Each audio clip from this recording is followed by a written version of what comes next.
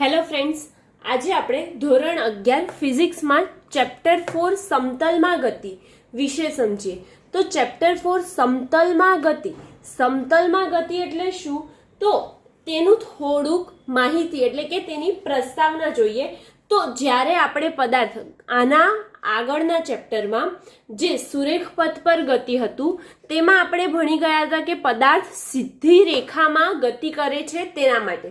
તો સીધી રેખામાં ગતિ કરે તો તે કાં તો ધન હશે કાં તો કેવું હશે, ઋણ હશે, તે ભણી ગયા. પરંતુ આ સમતલમાં ગતિ એટલે કે તેની ગતિ જે છે તે એક પરિમાણિક, દ્વિપરિમાણિક અને ત્રિપરિમાણિક આ ત્રણેય રીતમાં હોઈ શકે છે. તો આ જે એક પરિમાણિક હતી તે આપણે જોઈ હતી, પણ દ્વિપરિમાણિક અને ત્રિપરિમાણિક જે ગતિ કરે છે તેમાં તે દ્વિપરિમાણિક ગતિ જે કરે છે પદાર્થ અથવા તો તમારી પાસે જે કણ છે તે દ્વિપરિમાણિક ગતિ કરે તેને કઈ ગતિ કહેવાશે? સમતલમાં ગતિ કરી છે તેવું કહેવામાં આવે છે. અને જો પદાર્થ ત્રિપરિમાણિક ગતિ કરતો હોય એટલે કે એક્સ, વાય અને ઝેડ ત્રણેય અક્ષ પર ગતિ કરતો હોય, એને અનુસંગત હોય તો તેને અવકાશમાં ગતિ કરી છે તેવું કહેવામાં આવે છે. ઓકે, હવે આ જે ત્રિપરિમાણિક અને દ્વિપરિમાણિક છે તો આ બધાની દિશા કેવી હશે? અલગ અલગ હશે. તો હવે આ દિશા જે અલગ અલગ હશે તો એને આપણે સદિશ સ્વરૂપે દર્શાવવી પડે છે. કયા સ્વરૂપે? સદિશ સ્વરૂપે. તો આપણને થાય સદિશ શું છે તો તેના વિશેની માહિતી પણ આપણે મેળવીશું. પરંતુ જો આ પ્રકરણમાં આપણે જે ભૌમિતિક રજૂઆતો કરવાની છે એટલે કે તેમાં બીજગણિતનો ઉપયોગ થાય છે, તો તેમાં જો સદિશ હશે, શું પદાર્થની ગતિ સદિશ સ્વરૂપમાં હશે તો તેની ગતિને સરવાળા અને બાદબાકી અને તેના સમતલમાં વિભાજિત કરીને તેને સમજૂતી આપવામાં આવે છે. એટલે કે જે દ્વિપરિમાણિક ગતિ હશે તે આ કંઈક મુજબની હશે, એક્સ અક્ષ અને વાય અક્ષ પર હશે અને તેનું ઉગમ બિંદુ O હશે. તો આ દ્વિપરિમાણિક જે ગતિ હશે તેમાં જો તેના સરવાળા અને બાદબાકી કરવામાં આવે તો તેના સમતલમાં વિભાજિત કરીને તેના સરવાળા અને બાદબાકી કરવામાં આવશે. અને તેવી જ રીતે જો તે પદાર્થમાં ત્રિપરિમાણિક ગતિ થતી હશે તો ત્રિપરિમાણિક ગતિ થતી હશે તો એક્સ અક્ષ, વાય અક્ષ અને ઝેડ અક્ષ હશે. તો એક્સ, વાય અને ઝેડ એટલે કે આ આખા જગ્યાએ ગતિ કરતો હશે એટલે કે તેના અવકાશમાં ગતિ કરતો હશે તેવું સમજવામાં આવે છે. હવે આ જે પદાર્થ છે તે સમતલમાં ગતિ કરે છે તેના માટે બે અગત્યના નિયમિત વર્તુળાકાર ગતિ અને પ્રક્ષિપ્ત ગતિ માટે પણ અભ્યાસ આપણે કરવાનો રહેશે. પણ આ બધું જે છે તે આપણે આગળ સમજીશું. પણ સૌથી પહેલા આપણે સમજી ગયા હતા કે એક પરિમાણિક ગતિ એટલે કે તે સીધી ગતિ કરતો હોય છે ત્યારે તેની દિશા દર્શાવવી હોય તો તે કાં તો ધન હોય છે અથવા તો કેવી હોય, તેની દિશા ઋણ હોઈ શકે છે. બરાબર, એક પરિમાણિક ગતિ કરતો હોય તો તેની દિશા ધન અથવા ઋણ હોઈ શકે છે. અને જો પદાર્થ દ્વિપરિમાણમાં એટલે કે તે તેના સમતલમાં ગતિ કરતો હશે અથવા તો ત્રિપરિમાણિક એટલે તેના અવકાશમાં ગતિ કરતો હશે તો તેના વર્ણન માટે સદિશ સ્વરૂપની જરૂર પડે છે. અને આ સદિશ સ્વરૂપમાં કઈ કઈ ભૌતિક રાશિઓ સદિશ સ્વરૂપમાં આવે છે તો ધારો કે આપણે લઈ લઈએ વેગ છે, પ્રવેગ છે, ત્યારબાદ સ્થાનાંતર છે, કોઈ પદાર્થનું વિદ્યુત ક્ષેત્ર છે. આ બધી જે રાશિઓ છે તે શેમાં આવે છે? સદિશ સ્વરૂપમાં આવે છે. હવે આ સદિશ સ્વરૂપમાં આ બધી કેમ આવી? તો તેમની ચોક્કસ કોઈ દિશા હોય છે અથવા તો એ જ ચોક્કસ દિશામાં તેઓ સ્થાનાંતરિત અથવા તો એ જ ચોક્કસ દિશામાં તેમનો પ્રવેગ લાગે છે અથવા તો તેનો વેગ લાગે છે. એટલે કે જે રાશિ છે તે ચોક્કસ દિશામાં લાગતી હોય તો તેને સદિશ ભૌતિક રાશિ કહેવામાં આવે છે. તો હવે આપણે જોઈશું આના પછી નેક્સ્ટમાં શું કે સદિશ અને અદિશ ભૌતિક રાશિ એટલે શું અને તેને આપણે વ્યાખ્યા આપી અને તેના ઉદાહરણ સમજીએ એટલે કે આપણને ખબર પડશે કે સદિશ રાશિ શું છે અને અદિશ રાશિ શું છે. અદિશ રાશિ અને સદિશ રાશિ જોઈએ. તો અદિશ રાશિ સૌથી પહેલા જોઈએ. અદિશ રાશિ એટલે શું? આપણે પહેલા તેને વ્યાખ્યા આપીએ. અદિશ રાશિ એટલે કે જે ભૌતિક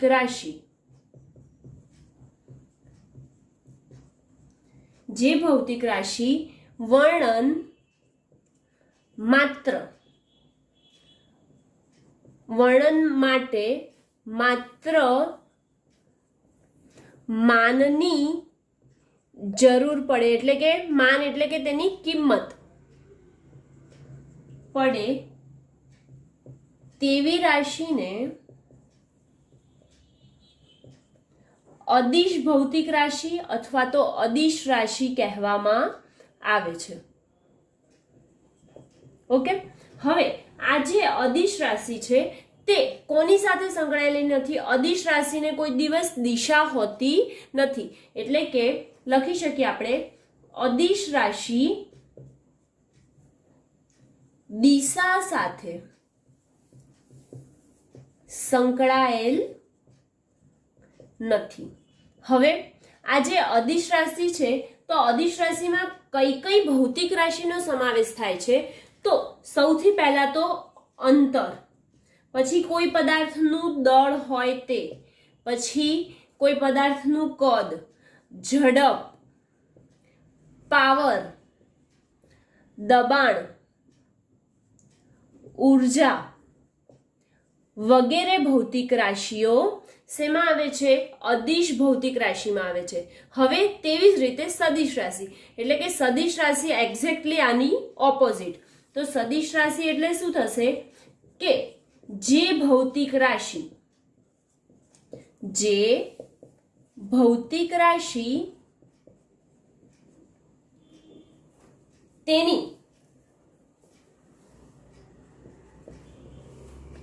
તેના વર્ણન માટે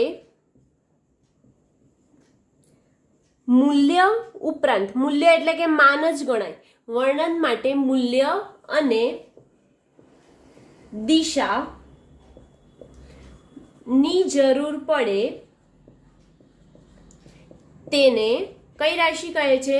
સદિશ રાશિ અથવા તો સદિશ ભૌતિક રાશિ કહેવામાં આવે છે. હવે આ સદિશ ભૌતિક રાશિ છે તે દિશા સાથે સંકળાયેલી છે. તો હવે આપણને થાય કે દિશા તેને કેવી રીતે દર્શાવવાની? તો દિશા દર્શાવવાની કેવી રીતે તે પણ આપણે જોઈશું, પણ તે પહેલા તેના ઉદાહરણ લઈ લઈએ. તો સદિશ ભૌતિક રાશિમાં મેં તમને કીધું હતું કે વેગ, પ્રવેગ, સ્થાનાંતર, સ્થાન,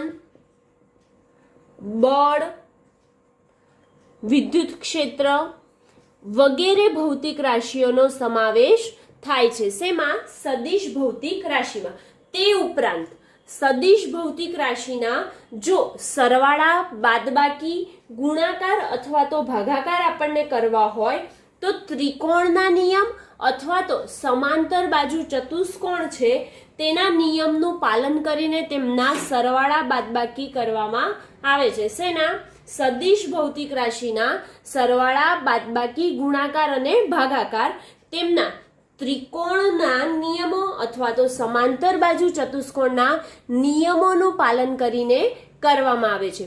તેવી જ રીતે જો અદિશ ભૌતિક રાશિ છે તો તેમના સરવાળા, ગુણાકાર, ભાગાકાર અને બાદબાકી આ બધી વસ્તુ આપણે જે સાદા ગુણાકાર અને ભાગાકાર કરીએ છીએ, એટલે કે સાદું જે બીજગણિત છે તેની મદદથી આપણે કરી શકીએ છે. એટલે કે અદિશ ભૌતિક રાશિમાં કોઈ નિયમની જરૂર પડતી નથી. જે આપણે મેથડથી કરીએ છીએ તે જ મેથડથી તેમના સરવાળા, બાદબાકી, ગુણાકાર અને ભાગાકાર થાય છે. જ્યારે સદિશ રાશિમાં શેની? ત્રિકોણના નિયમ અથવા તો સમાંતર બાજુ ચતુષ્કોણના નિયમની જરૂર પડે છે.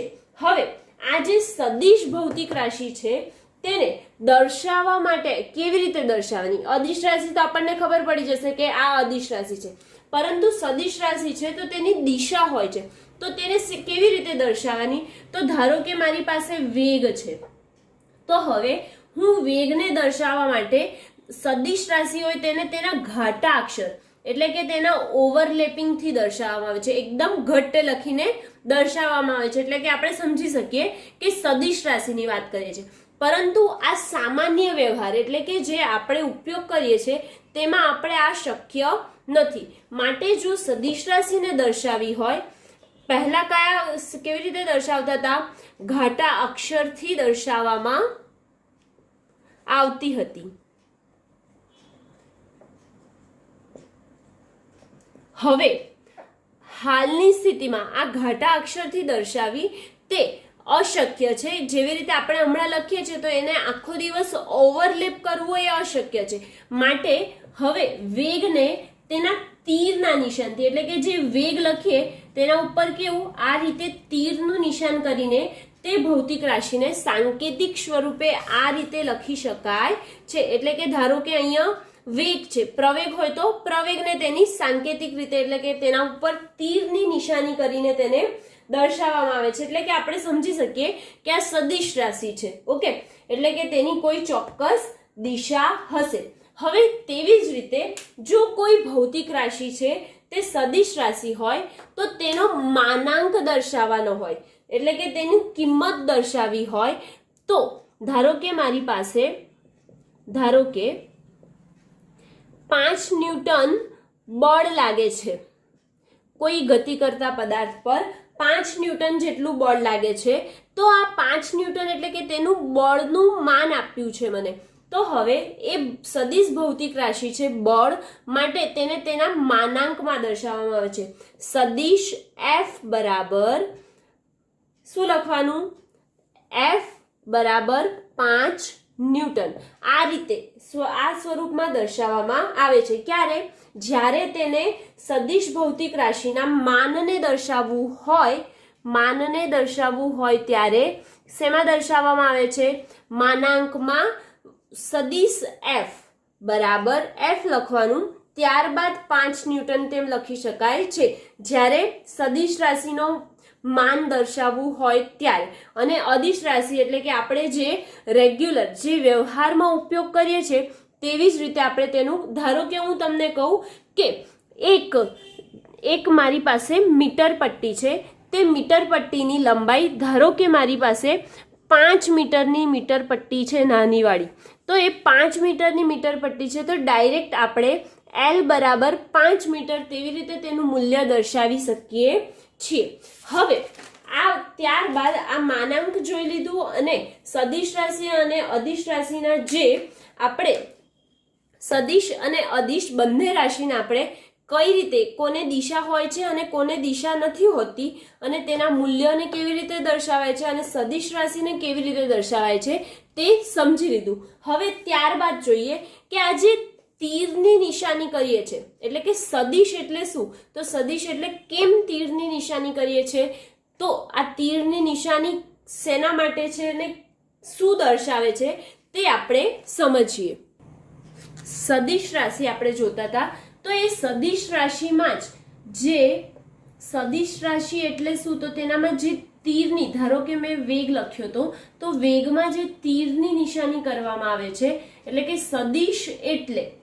સદિશ એટલે આપણે લખી શકીએ કે તીરવાળો રેખાખંડ. શું લખી શકીએ? સદિશ એટલે તીરવાળો રેખાખંડ. હવે આ જે તીરવાળો રેખાખંડ છે તેમાં આ તીરની નિશાની છે, તો જે આ રેખાખંડ જે દર્શાવ્યો છે તેમાં જે તીરવાળો ભાગ છે તેને શું દર્શાવવામાં આવે છે? તીરવાળા ભાગને શીર્ષ કહેવામાં આવે છે. શું? શીર્ષ એટલે કે માથું, શીર્ષ કહેવામાં આવે છે. જ્યારે બીજા છેડાને, એટલે કે આ જે રેખાખંડ એમનેમ છે તેમાં બીજા છેડાને શું કહેવાય છે? પૂંછ કહેવામાં આવે છે. શું કહેવામાં આવે છે? પૂંછ કહેવામાં આવે છે. હવે ધારો કે આનું હું ઉદાહરણ લઉં તો એઝ એક્ઝામ્પલ, ધારો કે કોઈ પદાર્થનું બળ, કોઈ પદાર્થ પર 4 ન્યૂટનનું બળ પૂર્વ દિશામાં લાગે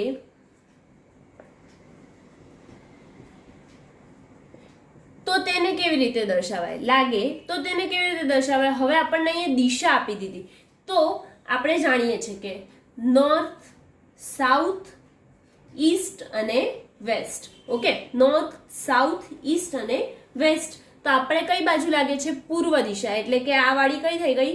પૂર્વ દિશા થઈ ગઈ. એટલે કે જે પદાર્થનું બળ લાગે છે તે કઈ દિશામાં લાગશે? આ દિશામાં લાગે છે. પૂર્વ દિશા એટલે કે આ બાજુની દિશામાં લાગે છે.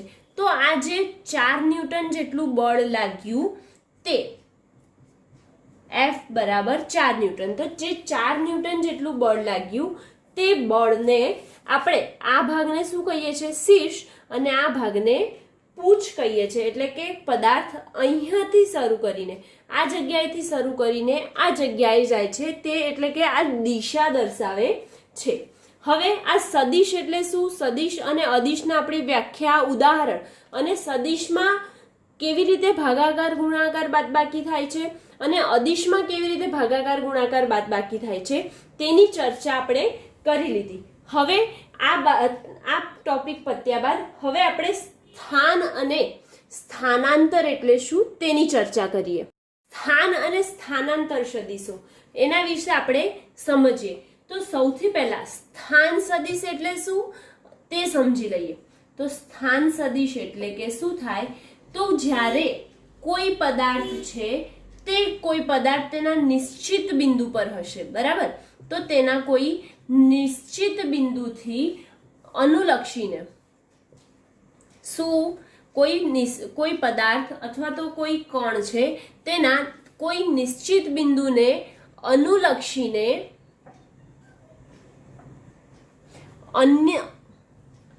અન્ય બિંદુ કે કણના સ્થાન દર્શાવતા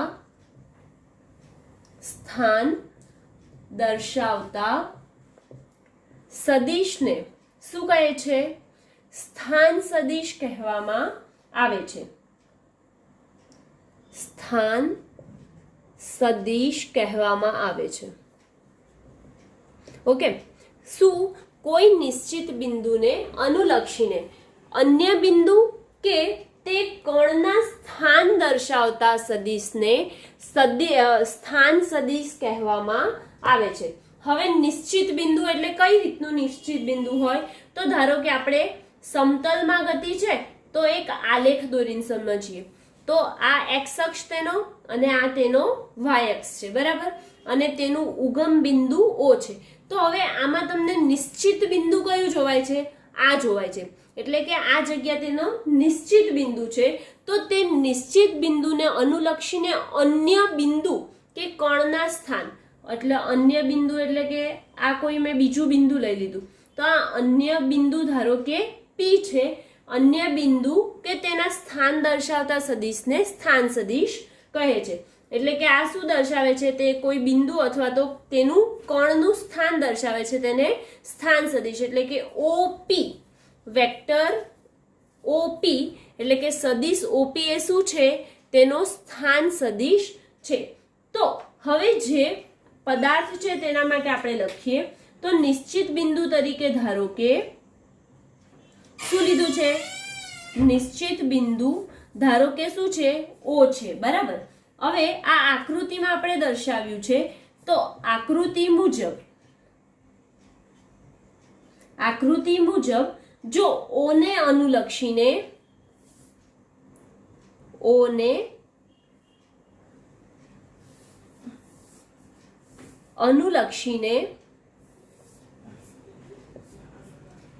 વેક્ટર ઓપી એટલે કે સદિશ ઓપી જ્યારે પી બિંદુ પર જાય છે ત્યારે પી નો ટી સમયમાં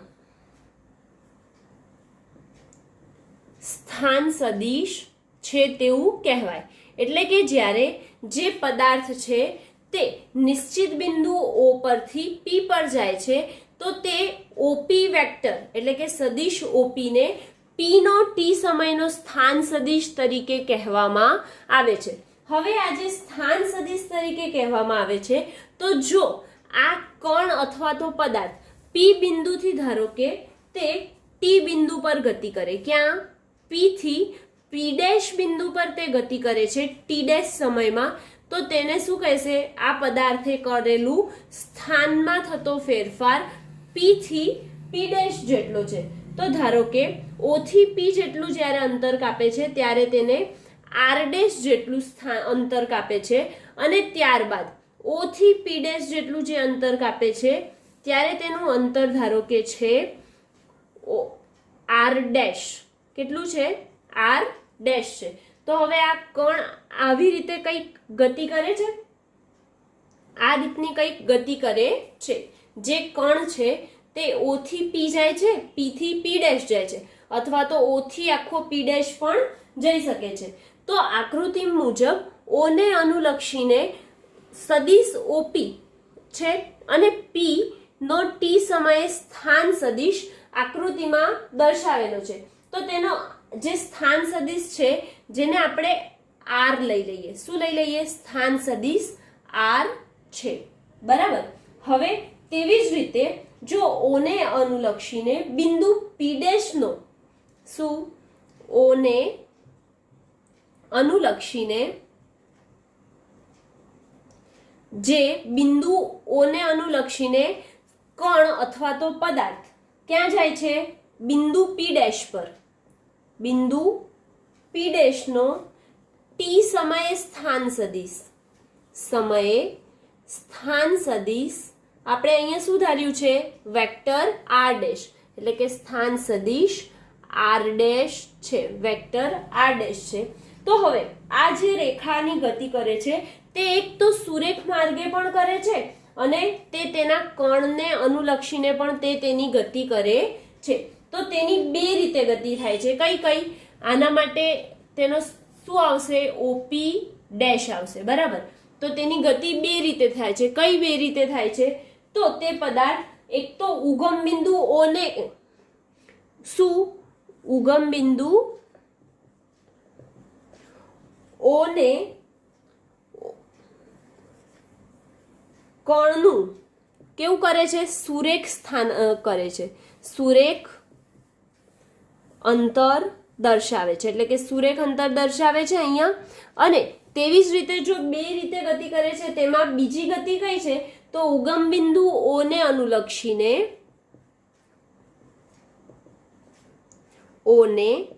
અનુલક્ષીને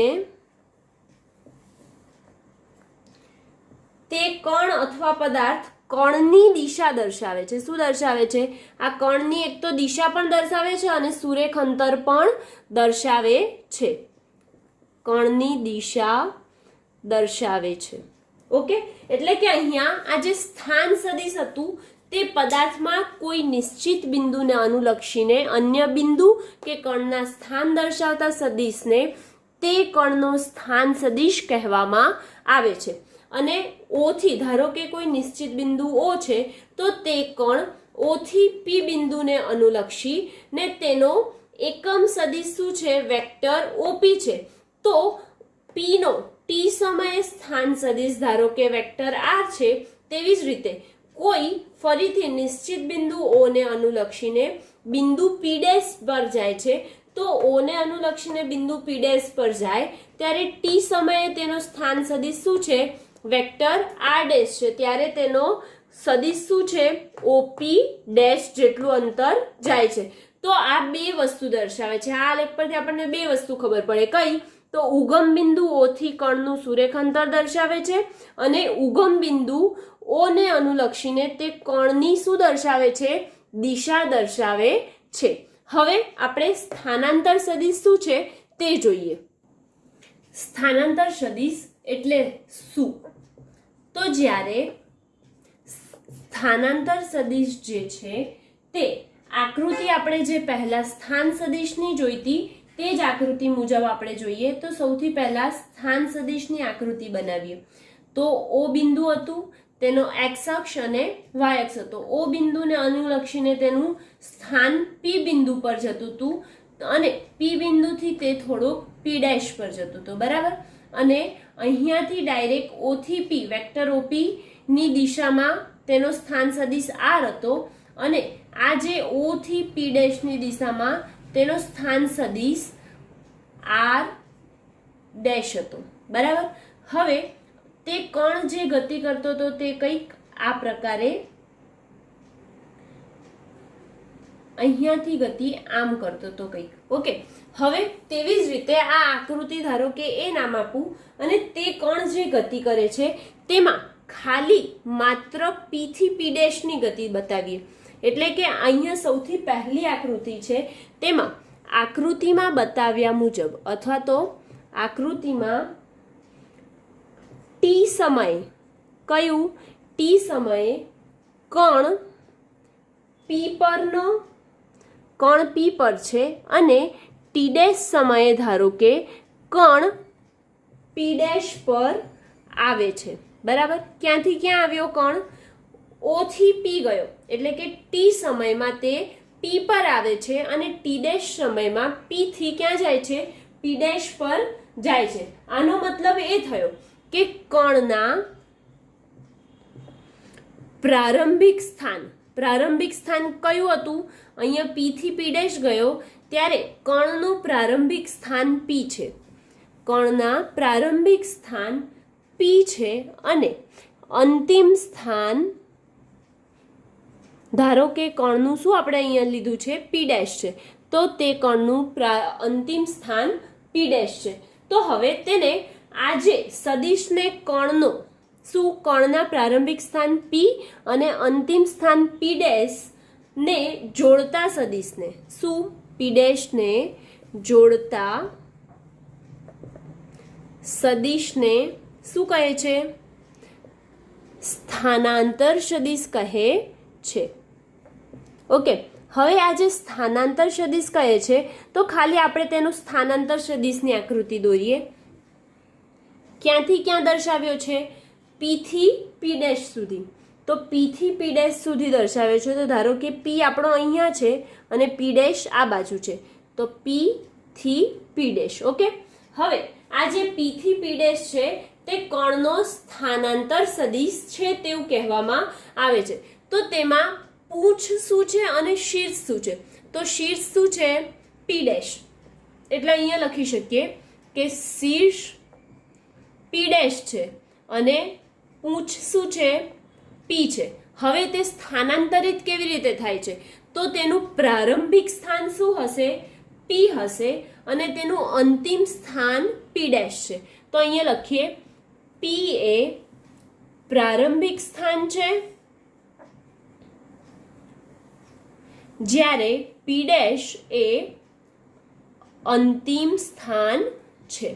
ઓકે, હવે આ જે સ્થાનાંતરિત થયો તો તે કણ કોઈ પણ દિશામાં કોઈ પણ રીતે તે સ્થાનાંતર થઈ શકે છે. તો ધારો કે હું અહીંયા તમને આલેખમાં બતાવી દઉં કે ધારો કે આ પી બિંદુથી ચાલુ કરીને તે એ થી બી જાય છે, બરાબર. એ થી બી જાય છે અને અહીંયા સી પર જાય છે. એટલે કે આ જે કણ છે તે આ રીતની કોઈ ગતિ કરે છે. તો ધારો કે હું આ બિંદુને એ નામ આપું છું, પછી ત્યારબાદ આ બિંદુને બી નામ આપું છું અને આ બિંદુ છે સી છે, અને પછી પાછી આ રીતે કંઈક ગતિ કરીને પાછો પી પર આવે છે. તો હવે હું એનું સ્થાનાંતર અહીંયા બોલું તો સ્થાનાંતર પી થી પી ડેશનું સ્થાનાંતર થાય છે, બરાબર. તો પી થી પી ડેશનું જે સ્થાનાંતર થાય છે તેમાં ક્યાં જાય છે? તો કણ જે છે તે પી થી એ જાય છે, એ થી બી જાય છે, બી થી સી જાય છે અને સી થી પાછો ક્યાં આવે છે? પી ડેશ પર આવે છે. એટલે કે અહીંયા લખી શકીએ કે કણની સ્થાનાંતરિત ગતિ પી એ બી સી પી ડેશ છે. તેવી જ રીતે કણની જો સ્થાનાંતરિત ગતિ જોવી હોય તો પી ડી પી ડેશ છે. બીજી કણની સ્થાનાંતર ગતિ કઈ છે? તો પી ડી પી ડેશ છે. તેવી જ રીતે જો બીજી ગતિ જોવી હોય તો તે કણ પી થી એ જાય છે, એ થી બી જાય છે, બી થી ઈ જાય છે, ઈ થી એફ જાય છે, એફ થી ક્યાં જાય છે? પી ડેશ જાય છે. તો તેની આ વાળી ગતિ પણ આપણે તેની સ્થાનાંતરિત ગતિ પણ લઈ શકીએ છે. તો લખીએ આપણે પી એ બી ઈ એફ પી ડેશ. આ રીતે પણ ગતિ કરે છે. એટલે કે આપણે કહી શકીએ આકૃતિ પરથી કે જ્યારે સ્થાનાંતર સદિશનો આધાર કણના ખરેખર માર્ગ પર નથી, એટલે કે કણ કઈ ગતિ માર્ગ પર ગતિ કરે છે તેના પર નથી. ધારો કે જો કોઈ કણનું પ્રારંભિક સ્થાન બી છે અને અંતિમ સ્થાન આપણને આપી દીધું છે તો કણ ગમે તેટલો ફરીને જાય છે પણ તે તેનું સ્થાનાંતર કર્યું છે તેવું કહેવામાં આવે છે. એટલે કે તેનો સ્થાનાંતર સદિશ કહેવામાં આવે છે. અને સ્થાનાંતરના અમુક જો મહત્વના મુદ્દા છે તો તેમાં કહીએ તો સ્થાનાંતર સદિશ એક સુરેખા વડે દર્શાવાય છે. શેના વડે દર્શાવાય છે? સ્થાનાંતર સદિશ એક સુરેખા વડે દર્શાવવામાં આવે છે અથવા તો દર્શાવાય છે. તેવી જ રીતે સ્થાનાંતર સદિશનો આધાર કર્ણના ખરેખર ગતિમાર્ગ પર નથી. તે આપણે અહીંયા આ આકૃતિમાં આ આલેખમાં જોયું. એટલે કે લખી શકીએ સ્થાનાંતર સદિશ ના કર્ણનો આધાર ખરેખર તેના ગતિમાર્ગ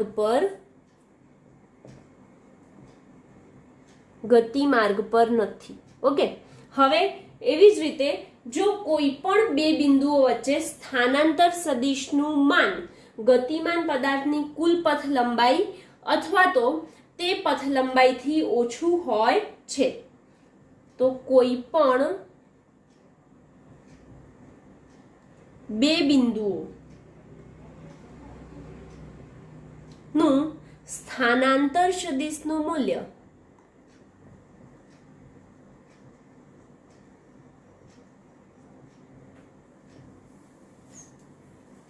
પથ લંબાઈ જેટલું જ અથવા તેનાથી કેવું હોય છે, તેનાથી ઓછું હોય છે. જે આપણે ગતિના ચેપ્ટરમાં ભણી ગયા હતા કે હંમેશા જે પદાર્થ છે અથવા તો કણ છે તે તેના ગતિમાર્ગ પર ગતિ કરતો હોય છે ત્યારે તેની પથ લંબાઈનું મૂલ્ય વધારે હોય છે અથવા તો તેના સ્થાનાંતરના મૂલ્ય જેટલું જ હોય છે, પરંતુ સ્થાનાંતરનું મૂલ્ય કદાપી પથ લંબાઈ કરતાં વધારે હોતું નથી. અને આ જે છે આ આલેખ આપણે તેના ગતિમાર્ગ માટે દર્શાવ્યો છે. બરાબર, એટલે કે તે ગમે તે ગતિ કરે પરંતુ તે સ્થાનાંતર સદિશના કર્ણનો આધાર ગતિમાર્ગ પર રહેતો નથી. તે ખાલી સુરેખા ગતિ કરે છે તેવું દર્શાવવામાં આવે છે. એટલે કે આપણે આજના ટોપિકમાં સૌથી પહેલા સમતલમાં ગતિ જે હતી તેમાં તે ગતિ કેવી રીતે કરે છે, સમતલમાં ગતિ કોને કહેવાય તેનું થોડીક પ્રસ્તાવના ઇન્ટ્રોડક્શન જોયું. ત્યારબાદ સદિશ રાશિ અદિશ રાશિ શું છે અને તેને સરવાળા બાદબાકી કઈ રીતે થાય છે, કોણ દિશા દર્શાવે છે કોણ દિશા દર્શાવતું નથી તેની વ્યાખ્યા સમજી અને તેના ઉદાહરણ સમજ્યા.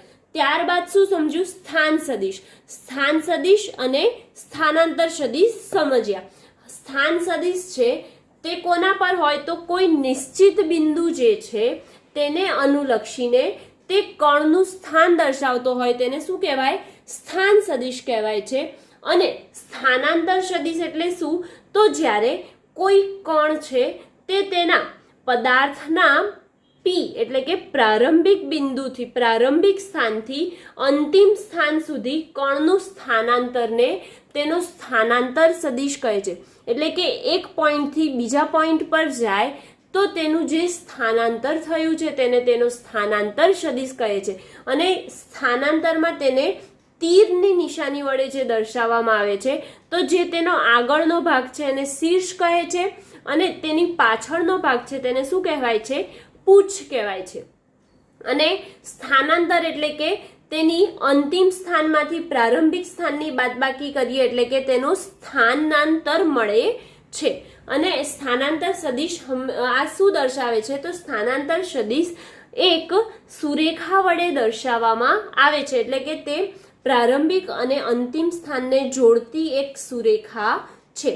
અને સ્થાનાંતર સદિશ જે છે તે તેના ગતિમાર્ગ પર ખરેખર તેના ગતિમાર્ગ પર આધાર રાખતું નથી, પરંતુ તે કોઈ પણ દિશામાં ગતિ કરીને તે કણ સ્થાનાંતરિત થયો છે તેવું કહેવામાં આવે છે.